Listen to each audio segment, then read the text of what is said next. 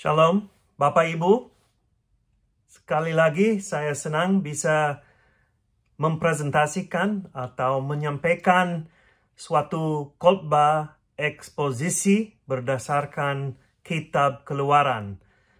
Sudah lama, mungkin beberapa minggu sejak saya bisa upload satu khotbah karena kami transisi ke Amerika Serikat, tetapi senang bisa kembali ke seri khotbah ini. Mari kita berdoa. Bapa kami bersyukur karena ada kesempatan untuk belajar dari firman Tuhan. Tolong membuka hati kami dan hamba-Mu supaya lidah bisa menjelaskan dan bisa menjadi cukup jelas dari firman Tuhan apa yang Tuhan mau kita belajar. Kami berdoa dalam nama Yesus Kristus. Amin. Saudara-saudari, Bapak Ibu, hari ini kita akan belajar tentang penebusan. Penebusan adalah suatu konsep yang sangat penting dalam kehidupan dan keselamatan kita. Ada dua sisi penebusan atau sisi pemahaman mengenai mengenai penebusan dalam firman Tuhan. Satu, penebusan berarti sesuatu dipulihkan ke kondisinya original. Statusnya, hubungan, haknya dipulihkan, dikembalikan. Contoh, seorang raja mungkin harus turun dari tahtanya. Mungkin ada masalah, mungkin ada kesalahpahaman, sesuatu seperti itu. Dia harus turun. Tetapi dia dipulihkan, dia diminta untuk kembali ke takhta itu. Bisa dikatakan dia ditebus dalam haknya atau statusnya sebagai raja. Sisi yang kedua adalah penebusan berarti sesuatu yang dulu dimiliki oleh pemiliknya dan dibeli kembali untuk menjadi milik lagi. Contohnya kalau ada tanah yang dimiliki dulu tetapi terhilang dan harus dibeli lagi atau ditebus kembali ke keluarga. Seperti itu. Dalam keselamatan kita ditebus oleh darah Yesus Kristus untuk menjadi lagi anggota umat Allah. Untuk kembali ke status sebagai anaknya. Status ini terhilang dalam Taman Eden. Tetapi oleh karena darah Yesus Kristus, kita dibeli untuk kembali ke status ini. Efesus 1 ayat 7 mengatakan, sebab di dalam Dia, di dalam Yesus, dan oleh darahnya kita beroleh penebusan, yaitu pengampunan dosa menurut kekayaan kasih karunia-Nya. Hubungan kita dengan Allah dipulihkan dalam Yesus.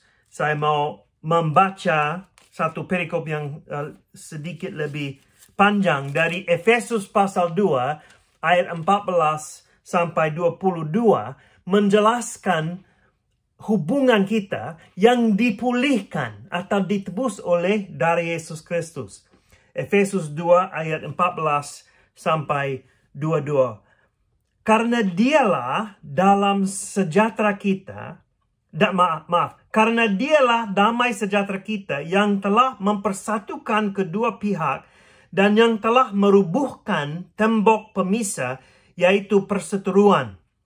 Sebab dengan matinya sebagai manusia, ia telah membatalkan hukum Taurat dengan segala perintah dan ketentuannya, untuk menciptakan keduanya menjadi satu manusia baru di dalam dirinya, dan dengan itu mengadakan damai sejahtera. Dan untuk memperdamaikan keduanya di dalam satu tubuh dengan Allah oleh salib, dengan melenyapkan perseteruan pada salib itu. Ia datang dan memberitakan damai sejahtera kepada kamu yang jauh dan damai sejahtera kepada mereka yang dekat. Karena oleh Dia kita kedua pihak dalam satu roh beroleh jalan masuk kepada Bapa. Demikianlah kamu bukan lagi orang asing dan pendatang, melainkan kawan sewarga dari orang-orang kudus dan anggota-anggota keluarga Allah yang dibangun di atas dasar para rasul dan para nabi dengan Kristus Yesus sebagai batu penjuru. Di dalam Dia tumbuh seluruh bangunan, rapi tersusun menjadi bait Allah yang kudus di dalam Tuhan. Di dalam Dia kamu juga turut dibangunkan menjadi tempat kediaman Allah di dalam Roh. Nah, kita akan melihat penebusan seperti ini dalam Keluaran pasal 6 ayat 1 sampai 29. Ini rencana Allah sejak Abraham dipanggil. Dan puji Tuhan, rencana ini termasuk semua bangsa, termasuk kita. Kita dari Asia, kita dari Barat, kita dari Utara Selatan. Bangsa-bangsa lain ditarikan, ditebus oleh karena dari Yesus Kristus. Mari kita melihat Keluaran pasal 6 ayat 1 sampai 29. Sebenarnya saya akan membaca hanya pasal 6 ayat 1 sampai 11 dan ayat sampai 12, ayat 13 sampai 26 adalah silsilah, jadi bisa membaca sendiri kalau mau, dan bagian yang terakhir saya baca juga. Oke, Keluaran pasal 6 ayat 1. Selanjutnya berfirmanlah Allah kepada Musa, Akulah Tuhan, aku telah menampakkan diri kepada Abraham, Ishak, dan Yakub sebagai Allah yang Maha Kuasa. Tetapi dengan namaku, Tuhan, aku belum menyatakan diri. Bukan saja aku telah mengadakan perjanjianku dengan mereka untuk memberikan kepada mereka tanah Kanaan, tempat mereka tinggal sebagai orang asing.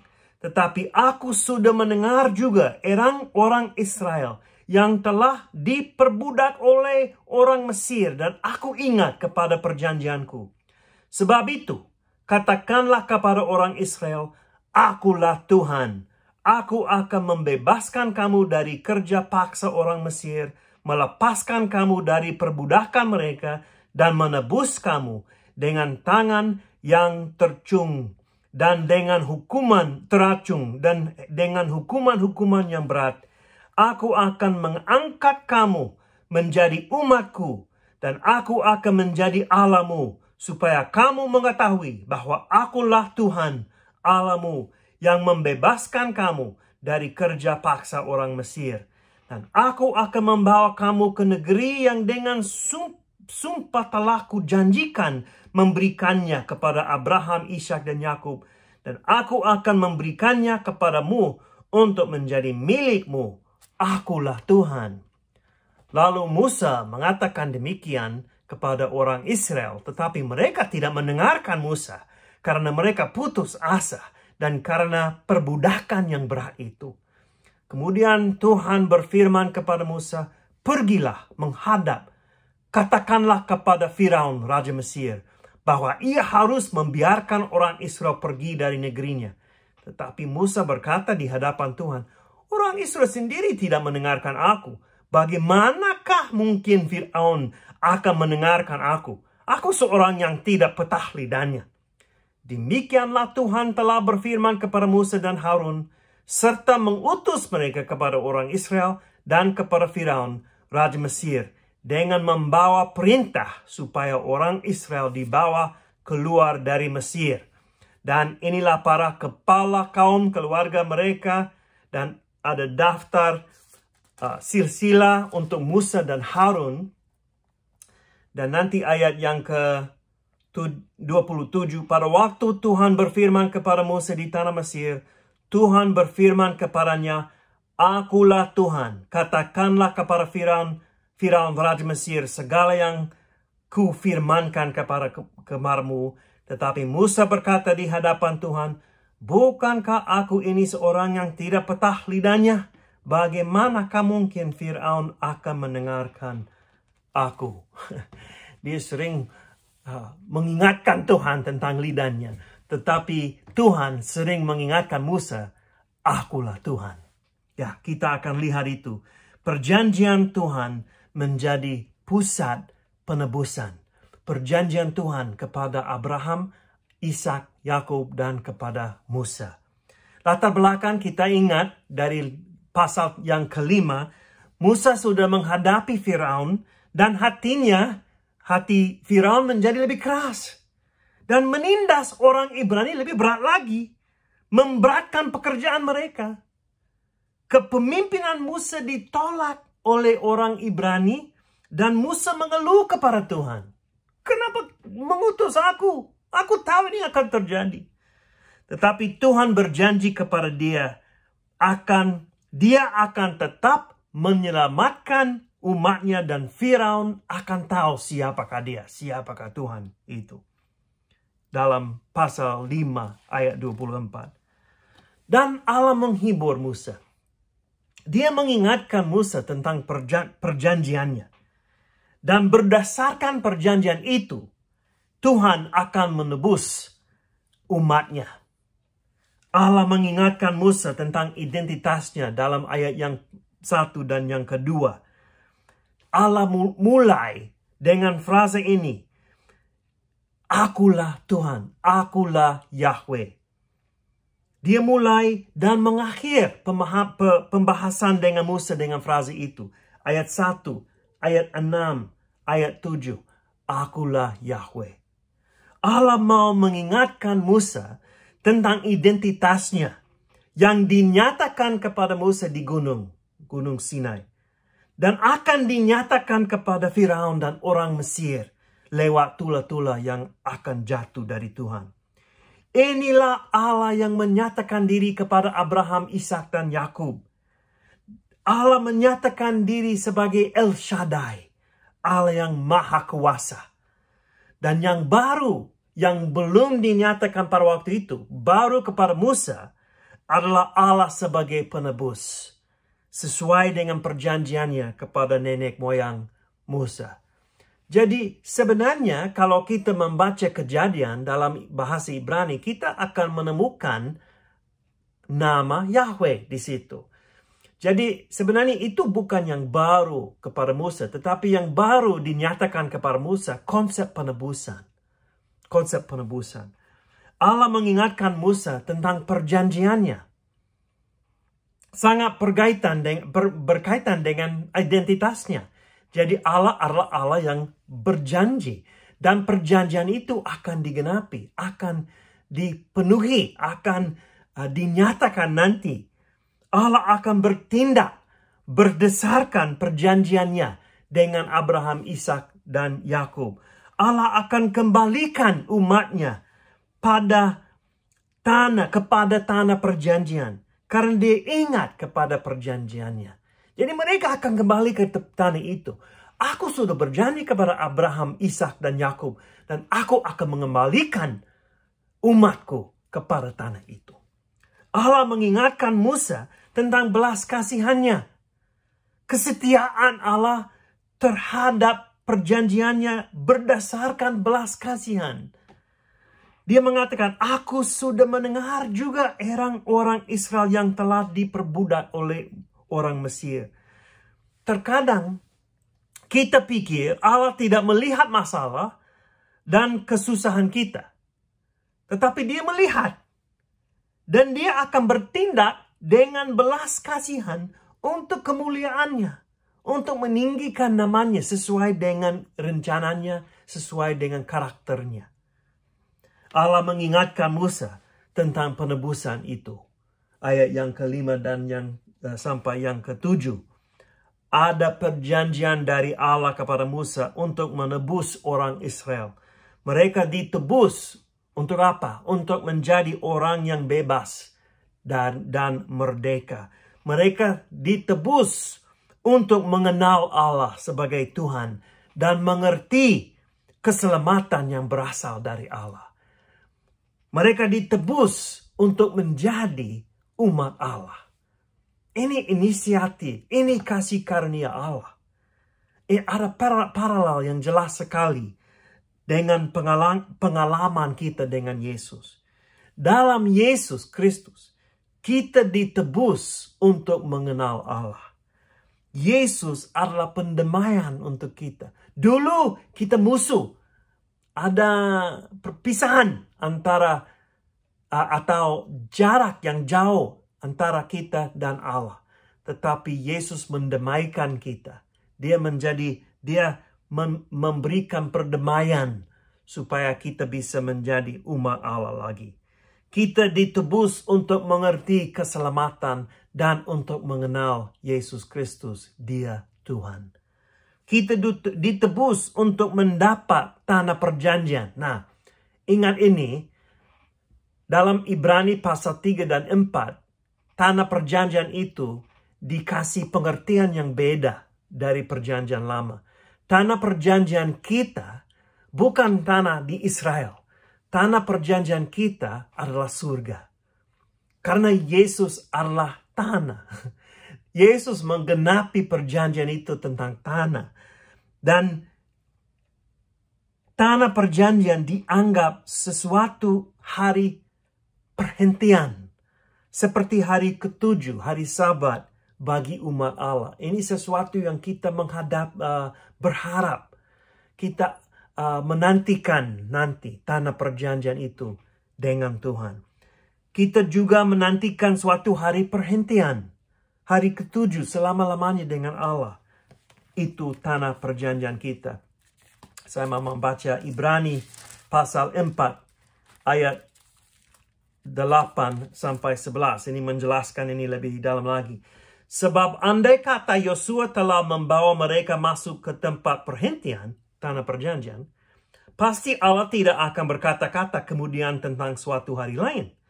Jadi masih tersedia suatu hari perhentian, hari ke-7 bagi umat Allah. Sebab barang siapa telah masuk ke tempat perhentiannya, ia sendiri telah berhenti dari segala pekerjaannya. Sama seperti Allah berhenti dari pekerjaannya hari yang ke-7. Karena itu, baiklah kita berusaha untuk masuk dalam perhentian itu. Supaya jangan seorang pun jatuh karena mengikuti contoh ketidaktaatan itu juga. Contoh yang dibuat oleh Israel. Jadi ini sesuatu yang di dalam Yesus Kristus, penebusan yang luar biasa. Yesus dan dalam darah Yesus kita ditebus untuk menjadi umat Allah lagi. Nah, kita lihat dalam cerita ini, dalam ayat yang ke-8, kadang-kadang orang yang perlu diselamatkan tidak mau keselamatan itu. Pada waktu Musa mengatakan firman Allah ini kepada Israel, orang Israel, mereka tidak mendengarkan. Kenapa? Karena mereka putus asa dengan kondisi mereka dan perbudakan itu. Ada banyak orang di sekeliling kita yang hidup seperti itu. Mereka tidak mau dengar kebenaran atau kabar baik karena mereka merasa putus asa dan tetap dibutakan oleh perbudakan mereka dalam dosa.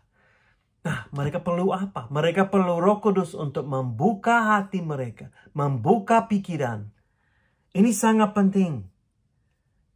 Ini inisiatif Allah harus lebih dahulu bertindak. Oleh karena Dia mengasihi kita, kita boleh keluar dari perbudakan dan menjadi sadar bahwa kita perlu diselamatkan. Kehidupan ini masa kini memberatkan banyak orang sampai mereka merasa putus asa.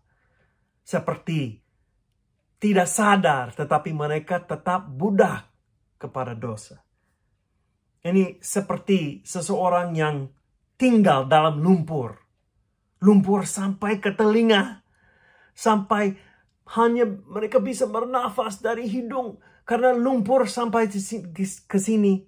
Dan mereka tidak bisa dengar keselamatan. Mungkin ada orang yang menolong, mereka tidak bisa dengar. Dan Roh Kudus harus membersihkan telinga orang itu supaya mereka siap mendengar Injil dan merespon, menerima itu. Allah adalah Allah yang mau menebus. Musa harus tahu itu. Kita harus ingat itu.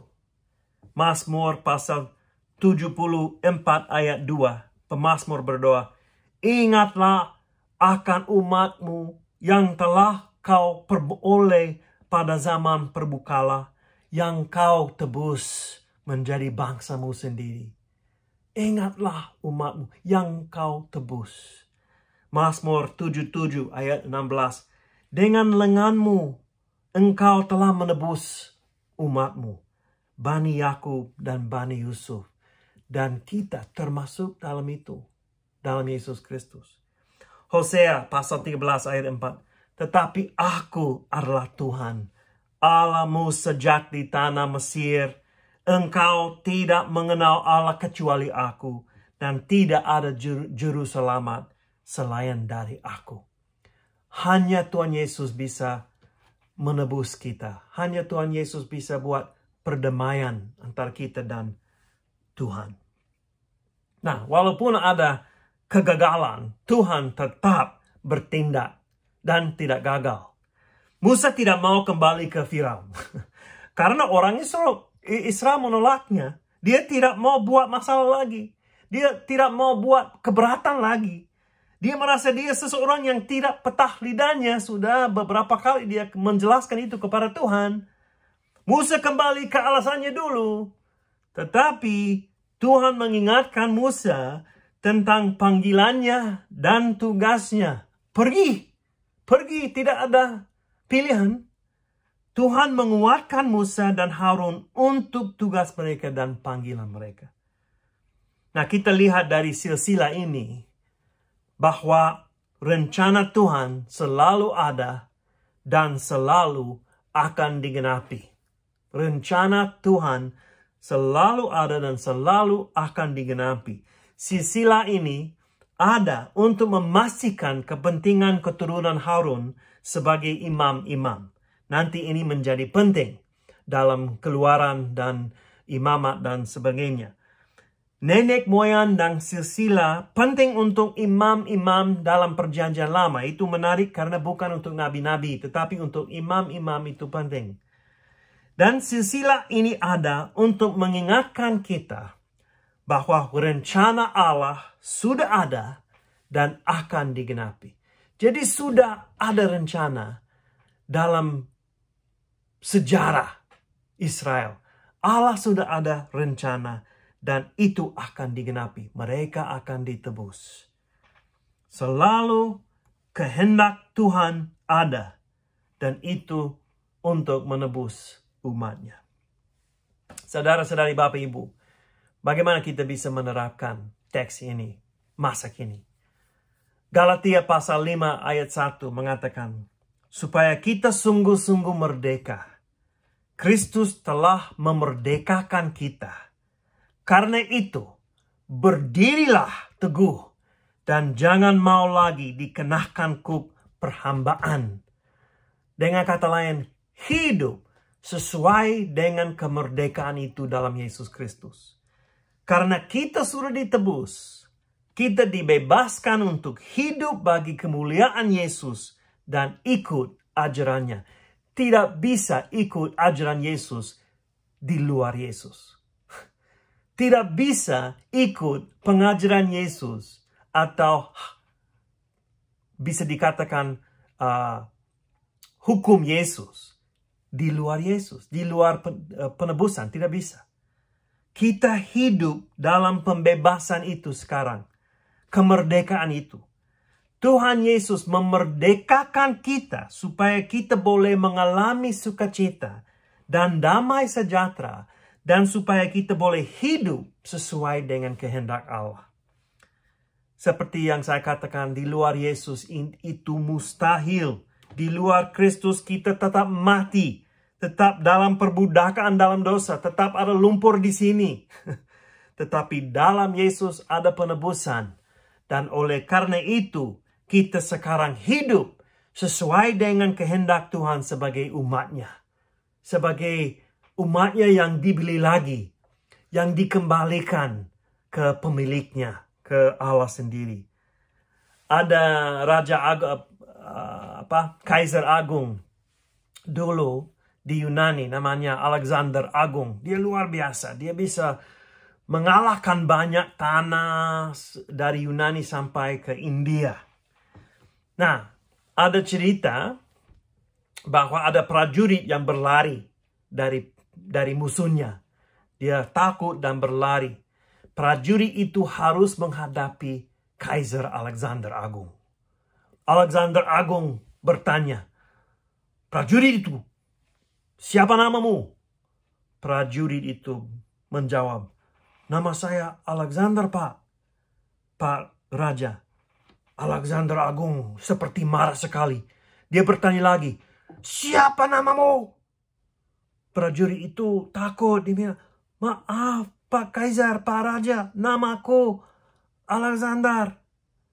Alexander Agung berdiri dan dia bertanya lagi, siapa namamu?